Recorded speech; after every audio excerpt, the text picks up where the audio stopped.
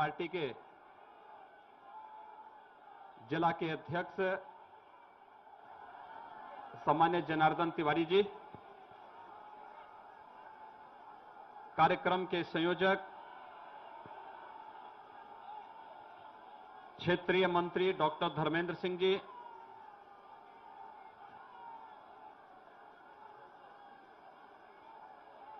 आज के इस कार्यक्रम में उपस्थित क्षेत्रीय अध्यक्ष उपेंद्र दत्त शुक्ल जी, उत्तर प्रदेश के सह-प्रभारी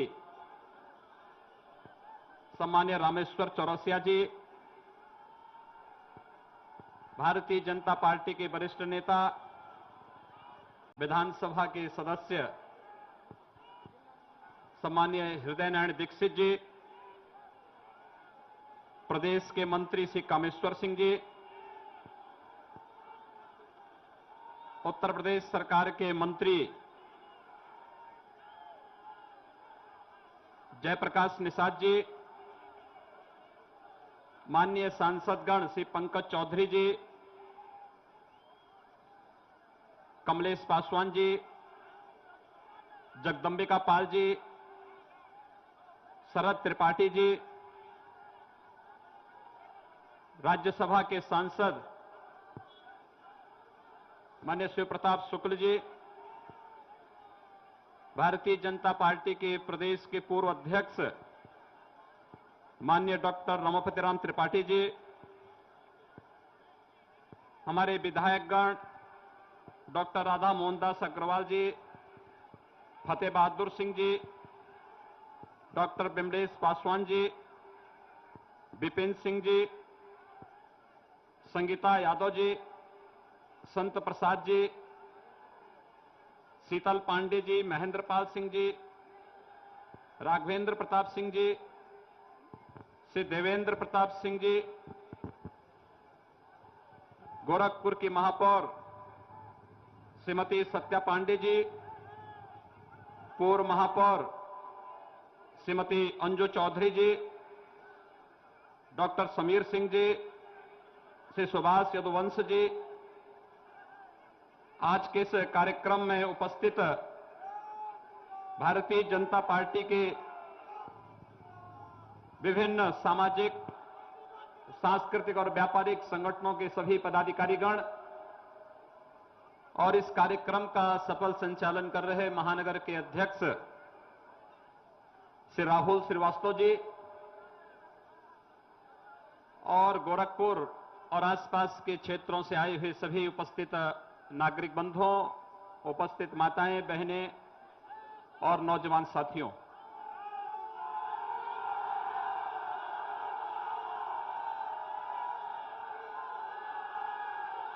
यह नागरिक अभिनंदन मेरा नहीं बल्कि उत्तर प्रदेश के 22 करोड़ जनता का अभिनंदन है, जिसने भारतीय जनता पार्टी और दुनिया के सबसे लोकप्रिय नेता, इस देश के प्रधानमंत्री आदरणीय श्री नरेंद्र मोदी जी के आह्वान पर और भारतीय जनता पार्टी के यशस्वी राष्ट्रीय अध्यक्ष आदरणीय अमित शाह जी के रणनीति के अंतर्गत भारतीय जनता पार्टी को उत्तर प्रदेश में प्रचंड बहुमत दिया है। इस जनादेश का सम्मान करते हुए मैं आप सबका और उत्तर प्रदेश की इस 22 करोड़ जनता का अभिनंदन करता हूं।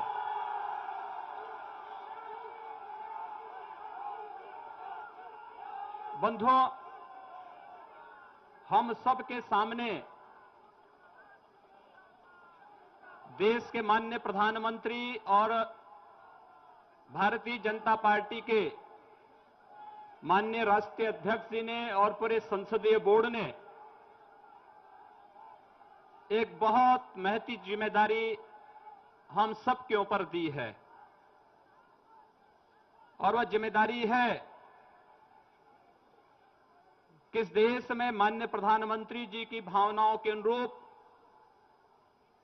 जैसे देश के अंदर भारतीय जनता पार्टी शासित राज्य सरकारें विकास के कार्यक्रमों को तेजी के साथ आगे बढ़ा करके लोक कल्याणकारी योजनाओं का लाभ समाज के अंतिम व्यक्ति तक पहुंचा रहे हैं, जिससे उत्तर प्रदेश की जनता पिछले 14-15 वर्षों से वंचित थी, वह जिम्मेदारी आज हम सब के ऊपर आई है। आपने मुझे चुना और यह जिम्मेदारी माननीय प्रधानमंत्री जी ने मुझे दी है, तो स्वाभाविक रूप से मेरे साथ आप सबकी भी जिम्मेदारी और ज्यादा बढ़ जाती है, क्योंकि हमें उन सपनों को साकार करना है जिससे उत्तर प्रदेश की जनता अब तक वंचित थी, वह विकास से वंचित थी। यहां का नौजवान पलायन कर रहा था, माताएं बहनें असुरक्षित थीं, व्यापारी कई दूसरे स्थानों पर अपना ठौर ठिकाना ढूंढने के लिए मजबूर हो रहा था। नौजवानों के सामने अपना उज्जवल भविष्य नहीं दिखाई दे रहा था। उत्तर प्रदेश में चाहे वह आंगनबाड़ी कार्यकर्ती रही हो या आशा बहुएं या फिर राज्य कर्मचारी और तमाम अन्य संगठन लगातार अपनी मांगों को लेकर के आंदोलनरत थी, लेकिन उनकी आवाज पे प्रति कभी भी अपनी संवेदनशीलता दिखाने का प्रयास न नौजवानों के प्रति, न माताओं बहनों के प्रति, न राज्य कर्मचारियों के प्रति और न ही प्रदेश के गांव, गरीब, किसान, नौजवान और मजदूरों के प्रति दिखाने का प्रयास पूर्व की सरकारों के द्वारा नहीं हुआ। और इसीलिए माननीय प्रधानमंत्री जी की चिंता एक ही थी कि आखिर उत्तर प्रदेश का ये भाग्योदय कैसे होगा। लगातार अपनी चिंताओं को लेकर के जब उन्होंने अपने कार्यक्रम प्रारंभ किए, आपको याद होगा कि गोरखपुर और पूर्वी उत्तर प्रदेश सदैव उपेक्षित रहा। पहली बार विकास कैसे होता है हम सब ने तब देखा जब भारत के यशस्वी प्रधानमंत्री ने गोरखपुर में आकर के फर्टिलाइजर और एम्स की नींव स्वयं रखी। यह केवल एक फर्टिलाइजर कारखाना और एम्स की नींव नहीं थी, यह इस देश के पूर्वी भारत के विकास की नींव थी। और पूर्वी भारत के विकास के माध्यम से इस देश में विकास का जो क्षेत्रीय असंतुलन था, इसको साधने का ईमानदारी पूर्वक प्रयास भी भारत के माननीय प्रधानमंत्री जी ने किया। और आज हम विश्वास के साथ अब कह सकते हैं, उत्तर प्रदेश की 22 करोड़ की ये जनता किसी भी प्रकार से अपने को उपेक्षित महसूस नहीं कर सकती है। हम सबके सामने आदर्श है देश के यशस्वी प्रधानमंत्री के रूप में माननीय श्री नरेंद्र मोदी जी का। हम सबके सामने संगठन का एक आदर्श के रूप में, रणनीति के रूप में कार्य करने के लिए शासन की योजनाओं को अंतिम व्यक्ति तक पहुंचाने के लिए शासन तो रहेगा ही, लेकिन संगठन के मार्गदर्शन के रूप में भारतीय जनता पार्टी को दुनिया के सबसे बड़े राजनीतिक दल के रूप में स्थापित करने वाले आदरणीय अमित शाह जी का, जिन्होंने भारतीय जनता पार्टी को एक नए युग में प्रवेश करा करके, कोई सोचता नहीं था कि भारतीय जनता पार्टी उत्तर प्रदेश में आएगी।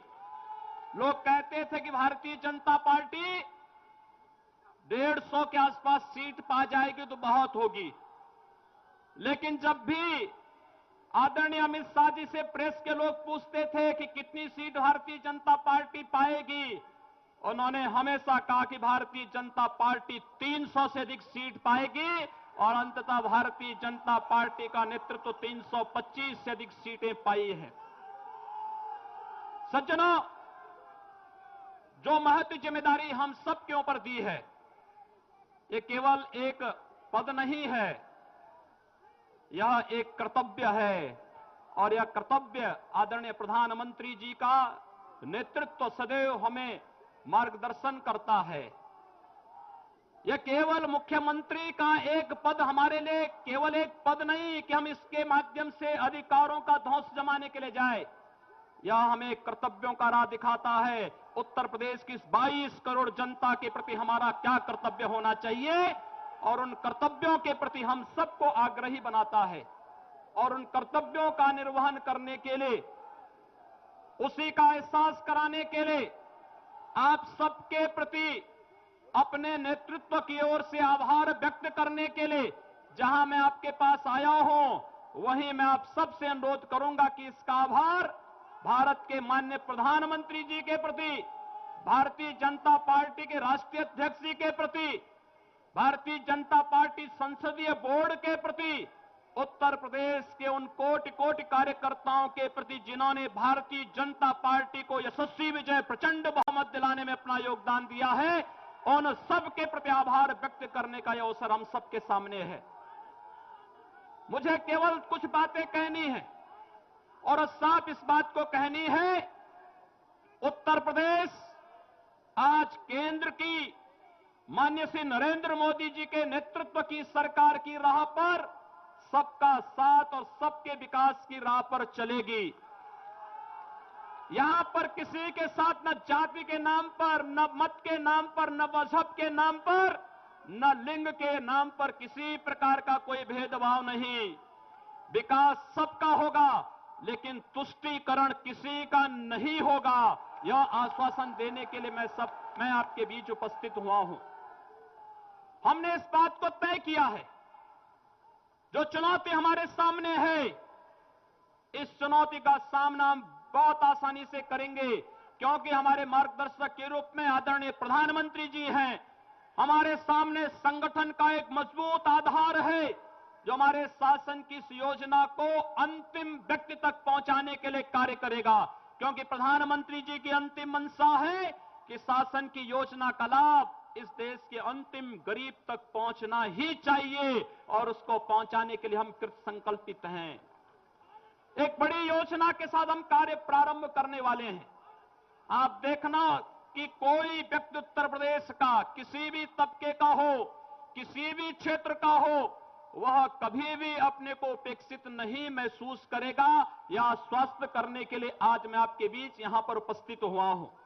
बंधुओं, मैं बहुत दिनों से आपके बीच में यहां पर कार्य कर रहा हूं।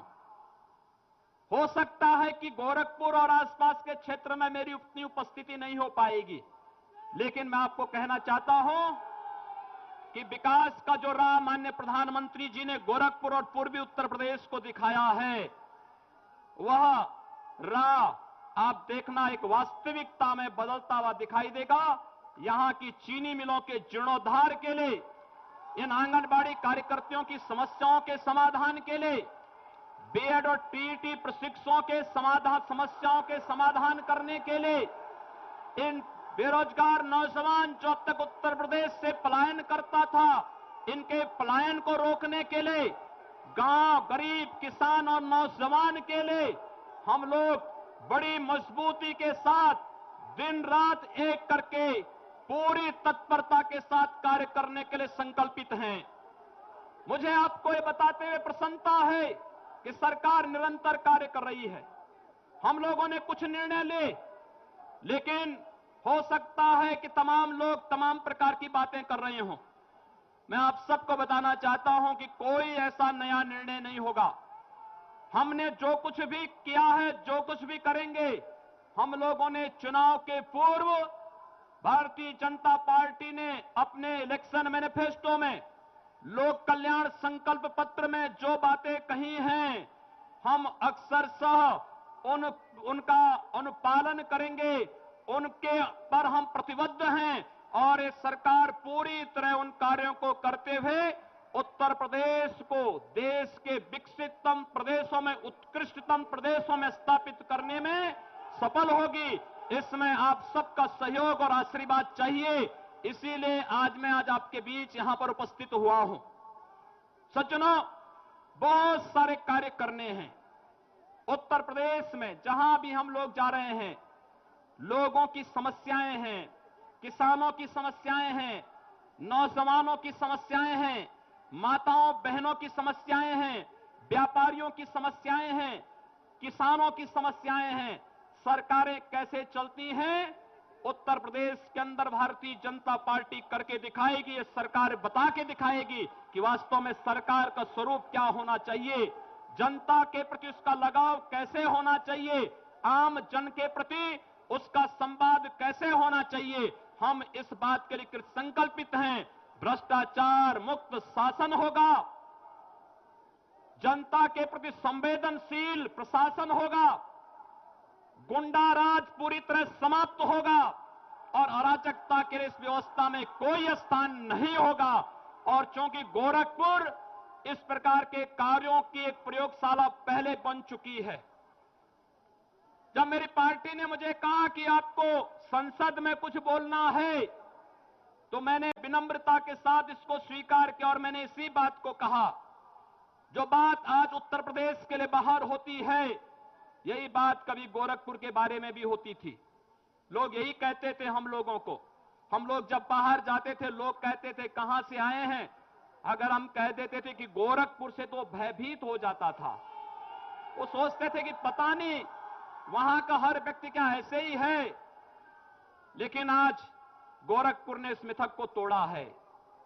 हम लोगों ने यहां लंबा संघर्ष किया, लोकतांत्रिक तरीके से संघर्ष किया, यहां के मूल्यों और आदर्शों के लिए संघर्ष किया, यहां के सामाजिक सांस्कृतिक व्यापारिक संगठनों के साथ मिलकर के हम लोगों ने गोरखपुर को उस माफियागिरी से, उस अराजकता से जिसके लिए गोरखपुर बदनाम था, उससे उभारा है। और संजोग इस बात का था कि केंद्र में आदरणीय नरेंद्र मोदी जी के नेतृत्व की सरकार बनने के बाद विकास की जितनी योजनाएं गोरखपुर पूर्वी उत्तर प्रदेश में आई, उसने एक नई राह हम सबको दिखाया है। और मैं इस बात को कह सकता हूं कि यही कार्य आज हमें उत्तर प्रदेश के अंदर करना है, संपूर्ण उत्तर प्रदेश के अंदर करना है। बहुत सारे कार्यक्रम होने हैं, उन कार्यक्रमों के बारे में हम अपनी योजनाओं को लेकर के समय समय पर आपके बीच भी आएंगे, समय समय पर आप सबका सहयोग भी चाहेंगे। आप सबसे मेरा यही अनुरोध होगा, आप कानून के इस राज को स्थापित करने में, भ्रष्टाचार रहित शासन देने में, उत्तर प्रदेश में प्रत्येक नागरिक को सुरक्षा की गारंटी हो, न्याय की गारंटी हो, इस कार्य को मजबूती से स्थापित करने में आप सबके सहयोग और आप सबका आशीर्वाद हम लोग चाहेंगे। यही अपील करने के लिए आज मैं आपके बीच उपस्थित हुआ हूं। और सचमुच मैं इसका अधिकारी नहीं कि आप मेरा नागरिक अभिनंदन करें। मैं तो आपके बीच का हूं, आपके बीच में सड़कों पर रह करके आंदोलन किया हूं। प्रधानमंत्री जी ने और माननीय राष्ट्रीय अध्यक्ष जी ने एक अवसर दिया कि मैं उत्तर प्रदेश में जाकर के अब केवल गोरखपुर की नहीं, केवल पूर्वी उत्तर प्रदेश में सीमित न रह करके उत्तर प्रदेश की इस 22 करोड़ जनता की सेवा मैं करूं और उत्तर प्रदेश को इस अराजकता से मुक्त करने के लिए जो टीम बनी है उसका नेतृत्व करूं। तो मुझे लगता है कि जहां मेरे सामने अपने आदरणीय प्रधानमंत्री जी का आदर्श सामने है, जहां संगठन के रूप में आदरणीय अमित शाह जी का आदर्श हम सबके सामने है, आप जैसे कोटि कोटि कार्यकर्ताओं का सहयोग और आप सबका सानिध्य मेरी सबसे बड़ी ताकत है, जो सम और विषम परिस्थितियों में मेरे साथ हमेशा खड़े होकर के सड़कों पर आंदोलन करने, जन समस्याओं के समाधान करने में सदैव खड़ी रही है, वो मेरी सबसे बड़ी ताकत रही है। मुझे सज्जनों, आज के इस अवसर पर केवल आपसे ये अनुरोध करना है, कानून के इस राज को स्थापित करने में आप सब अपना सहयोग देंगे और आपने पूर्व में भी सहयोग निरंतर किया है। कहीं भी किसी को यह नहीं लगना चाहिए, मैं मानता हूं एक बड़ी विजय है, भारतीय जनता पार्टी की बड़ी विजय है, आप सबका सहयोग मिला है, लेकिन कहीं भी जोश में होश न खोने की स्थिति आनी नहीं चाहिए। किसी को भी कानून को अपने हाथ में नहीं लेना चाहिए कहीं भी, क्योंकि आपके उत्साह में कहीं ऐसा न हो कि उन अराजक तत्वों को जो उत्तर प्रदेश और देश की शांति में खलल डालना चाहते हैं, उनको अवसर मिले इस प्रकार की स्थितियां कतई नहीं आनी चाहिए। यह हम सबकी जिम्मेदारी है और इसलिए इस बात का आह्वान करने के लिए मैं आपके बीच आया हूं। बंधुओं, हम सब उत्तर प्रदेश की भारतीय जनता पार्टी की सरकार ने अनेक कार्यक्रम करने का निर्णय लिया है और कार्यक्रमों की श्रृंखला में आपने देखा होगा कि इस दौरान हमने कुछ कार्यक्रम प्रारंभ किए हैं। मेरे पास लगातार जैसे ही मुख्यमंत्री पद की शपथ ली, मेरे पास सर्वाधिक टेलीफोन आए माताओं और बहनों की ओर से, बेटियों की ओर से, और इस बात की शिकायतें आती थी कि हम विद्यालय जाते हैं, नहीं जा पा रहे हैं, छेड़खानी होती है, कई बालिकाओं ने विद्यालय छोड़ दिया है। हमने कहा अब भारतीय जनता पार्टी की सरकार आई है, यह सरकार बालिकाओं की सुरक्षा के लिए, माताओं की सुरक्षा के लिए संकल्पित है। हम लोगों ने प्रशासन से कहा है कि ऐसे तत्वों पर कड़ाई बरती जाए जो मनचले हैं, सौदे किस्म के हैं। वे नौजवान नहीं हो सकते। नौजवानों की दिशा रचनात्मक होती है, समाज और राष्ट्र के प्रति वे अपने कर्तव्यों को समझते हैं। ऐसे लोगों को नौजवानों की श्रेणी में मत रखिए। उन मनचलों और सौदों पर कड़ाई होनी चाहिए और हमारे लोक कल्याण संकल्प पत्र के तर्ज पर हम लोगों ने एंटी रोमियो स्क्वाड को उत्तर प्रदेश के अंदर सक्रिय कर दिया है। मैं प्रशासन को इस बात के लिए स्पष्ट कहूंगा कि राह चलते हुए नौजवानों पर सहमति के साथ बैठी भी कोई दो युवक और युवती है, राह चल रहे हैं, आपसी सहमति से बातचीत कर रहे हैं, उनको कतई न छेड़ा जाए। लेकिन इस बात को ध्यान जरूर रखा जाए कि अगर भीड़ भाड़ वाले स्थानों पर या स्कूलों के बाहर कोई इस प्रकार की हरकत करता है जिससे बालिकाओं की सुरक्षा के सामने खतरा पैदा होता है, वह विद्यालय छोड़ रही है, ऐसी स्थिति नहीं होनी चाहिए। और जहां पर होगा फिर वहां के जो भी अधिकारी होंगे, स्थानीय प्रशासन होगा, वह उसके प्रति जवाबदेह होगा। हमें बालिका और महिलाओं की सुरक्षा देनी है। रात्रि को 10 बजे 12 बजे भी अगर कोई बालिका कहीं से आ रही है और अकेले सड़क पर चल रही है तो अपने आप को सुरक्षित महसूस कर सके, उत्तर प्रदेश के अंदर एक ऐसी व्यवस्था हमें देनी है। हम लोगों ने इस बात को फिर किया है कि एनजीटी बार बार एक बात के लिए उत्तर प्रदेश के अंदर कह रहा है। पिछले 2 वर्षों में कई बार एनजीटी ने कहा है, नेशनल ग्रीन ट्रिब्यूनल ने कहा है कि अवैध बूचड़खानों को हटाओ, मानक के अनुसार जो लाइसेंस लिए हैं उनका पालन कर रहे हैं, सरकार उनको नहीं छेड़ेगी। लेकिन जिन लोगों ने नेशनल ग्रीन ट्रिब्यूनल के आदेशों का उल्लंघन किया है, अवैध रूप से गंदगी फैला रहे हैं, जन स्वास्थ्य के साथ खिलवाड़ कर रहे हैं, उनको एक प्रक्रिया के तहत हटाइए। उनको जिससे स्वास्थ्य के साथ किसी प्रकार का खिलवाड़ करने की छूट किसी को न मिलने पाए, इस कार्य को लेकर के हम लोगों ने कार्य प्रारंभ किया है। हम लोग किसानों के बारे में भी कार्य अपनी योजना बना रहे हैं। मैं देख रहा था पिछले कई वर्षों से किसानों की उपज का क्रय नहीं हो पाता था। हम लोगों ने उत्तर प्रदेश सरकार की एक टीम को बाहर भेजा है। छत्तीसगढ़ के अंदर हर व्यक्ति के लिए खाद्य सुरक्षा किस प्रकार से मजबूती से लागू है, वहां का एक एक गरीब किस प्रकार से शासन की योजनाओं से लाभान्वित है, वहां पर देखा जा सकता है। हमारी एक टीम, 2 मंत्री, 4 अधिकारी उसमें वहां गए हैं। वहां के पूरे सिस्टम को हम ले रहे हैं और हम किसानों के 100% गेहूं का क्रय करेंगे। समर्थन मूल्य किसान के खाते में डालने की व्यवस्था हम लोग करने जा रहे हैं। हम लोग उत्तर प्रदेश के अंदर कानून का राज स्थापित करने के लिए कृत संकल्पित हैं। शासन में अब कहीं भी बैठे भ्रष्ट तत्वों को एक और पूरी तरह दूध के मक्खी की तरह निकाल बाहर करके रहेंगे। उत्तर प्रदेश में, उत्तर प्रदेश के युवाओं के लिए, नौजवानों के लिए, किसानों के लिए, मजदूरों के लिए और हर तबके के लिए हमारी योजना होगी। उत्तर प्रदेश के विकास के लिए हम लोग मजबूती से कार्य करेंगे। आज ही मैंने पीडब्ल्यूडी विभाग को एक बात के लिए कहा है कि 15 जून तक उत्तर प्रदेश के अंदर सभी सड़कें गड्ढा मुक्त हो जानी चाहिए, इसकी व्यवस्था सुनिश्चित कर दें। और साथ ही साथ आप सबको मैं खुशखबरी एक और देना चाहूंगा। हम लोग को खुशखबरी देना चाहेंगे कि जो लोग कैलाश मानसरोवर की यात्रा करना चाहते हैं, उत्तर प्रदेश सरकार ने निर्णय किया है, अगर वह स्वस्थ है उसको कैलाश मानसरोवर के लिए हम लोग 1 लाख रुपए का अनुदान देंगे। साथ साथ उत्तर प्रदेश में हम लोग लखनऊ, गाजियाबाद या नोएडा में से किसी एक स्थान पर कैलाश मानसरोवर भवन का निर्माण करेंगे, जहां पर वे सभी श्रद्धालु जन जाकर के अपनी यात्रा को आगे बढ़ा सकें।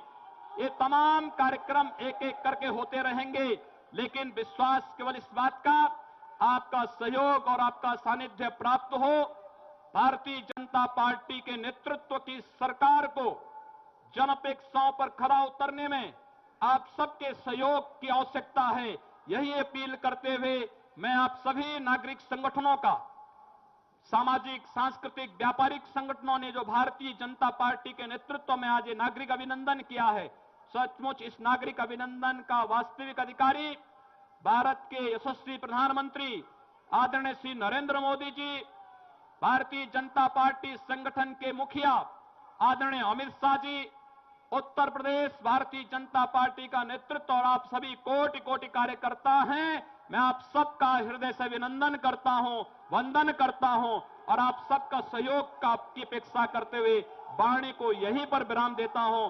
आप सबको मेरी बहुत बहुत शुभकामनाएं। धन्यवाद। जय श्री राम। जय श्री राम।